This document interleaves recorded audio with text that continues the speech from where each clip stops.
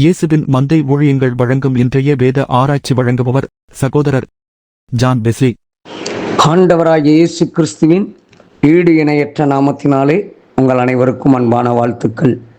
இந்த நாளுக்கான வேத வசனம் ஆதியாகமம் 6ஆம் அதிகாரம் 22ஆம் வசனம். நோவா அப்படியே செய்தான், தேவன் தனக்கு கட்டளையிட்டபடியெல்லாம் அவன் செய்து முடித்தான். மனுஷர்கள் படைத்த பின்பு அவர்கள் பலுகி பெருகினார்கள். அவர்கள் பலுகி பெருகிய போது அவனுடைய பாவமும் பெருகியது என்று வேதம் நமக்கு கற்றுக் கொடுக்கிறது. அது மாத்திரமல்ல, மனுஷனை உண்டாக்கினதற்காக ஆண்டவர் எல்லா படைப்புகளை விட விசேஷித்த படைப்பாய் மனிதனை உண்டாக்கினார்.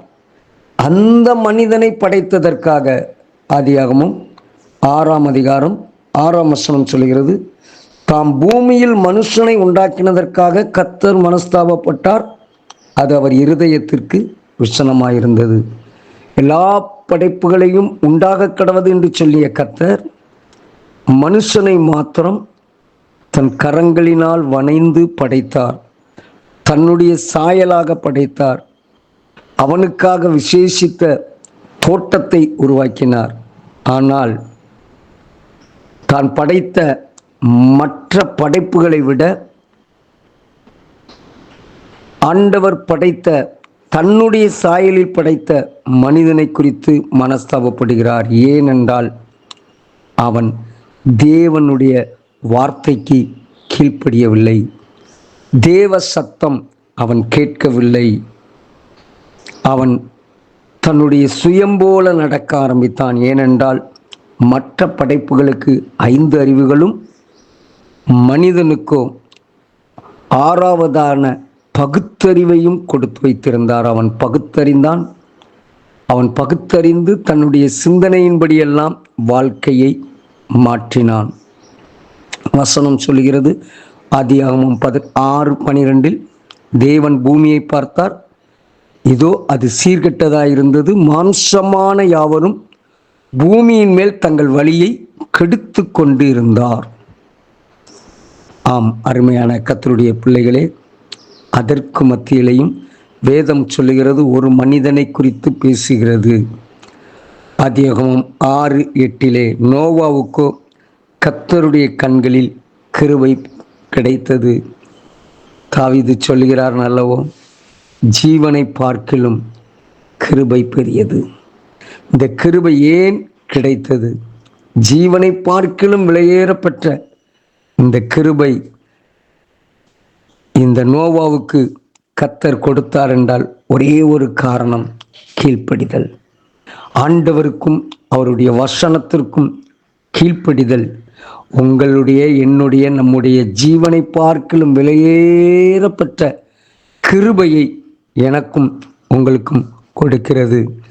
நோவாவிடத்தில் ஆண்டவர் அவன் தேவனுடைய வார்த்தையின்படி நடந்தான், தேவ சித்தம் செய்தான். ஜனங்கள் தங்கள் வழியை கெடுத்து கொண்டிருந்த போது நோவாவோ தேவனுக்கு பிரியமாய் வாழ்ந்து வந்தான். மனுஷனுடைய அக்கிரமம் பூமியில் பெருகின போது நோவாவோ அவைகளில் நின்று தன்னை விலக்கி காத்து கொண்டான். இந்த கால வேளையில் சிந்திப்போம். உலகம் பாவத்திற்குள் இருக்கிறது. உலகம் பொல்லாப்புக்குள் இருக்கிறது. உலகம் சீர்கெட்டதாக இருக்கிறது. உலகம் அநேக சாபங்களை நோக்கி ஓடிக்கொண்டிருக்கிறது. இவைகள் எல்லாவற்றிலும் நின்று நம்மை விலக்கி பாதுகாத்து கொள்ளத்தக்கதாக நம்முடைய வாழ்க்கை காணப்படுகிறதா? காணப்படுமானால் ஆண்டவர் நம்மை நேசித்து மற்றவர்களை பார்க்கிலும் நமக்கு விசேஷித்த ஆசீர்வாதத்தை கொடுக்க வல்லவர். ஆண்டவர் நோவாவுக்கு ஒரு கட்டளை கொடுக்கிறார். அவன் ஜீவனையும் அவனுடைய குடும்பத்தினருடைய ஜீவனையும் காப்பதற்காக ஆண்டவர் ஒரு வழியை காண்பிக்கிறார். அந்த வழி கடினமான வழியாக இருந்தாலும் கூட வசனம் சொல்கிறது, கர்த்தர் சொன்னார், நான் அதை செய்வேன். ஆண்டவருடைய வார்த்தையை குறித்து வசனம் சொல்கிறது, வார்த்தைக்கு கீழ்ப்படுகிறவர்கள் வார்த்தையால் ஆசீர்வதிக்கப்படுவார்கள். நோவா அப்படியே செய்தான். தேவன் தனக்கு கட்டளையிட்டபடியெல்லாம் அவன் செய்து முடித்தான். இந்த கால வேளையிலே நாம் கர்த்தரோடு இந்த கால வேளையிலே பேசுகிற வார்த்தையின்படி செய்வோம். தேவன் நமக்கு காண்பிக்கிற பாதையின்படி சொல்லுவோம். எல்லாரும் சொல்லுகிறார்கள், எல்லாரும் இப்படி இருக்கிறார்கள், எல்லாருடைய வாழ்க்கை இப்படி இருக்கிறது, நாமும் இப்படி வாழ வேண்டும் என்று அல்ல.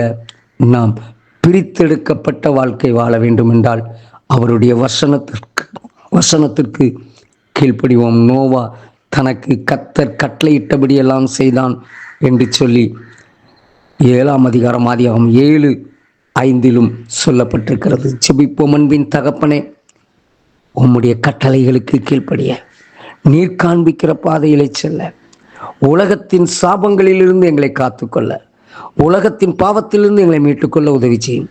கர்த்தர் உங்களை ஆசீர்வதிப்பாராக. God bless you. ஆமென்.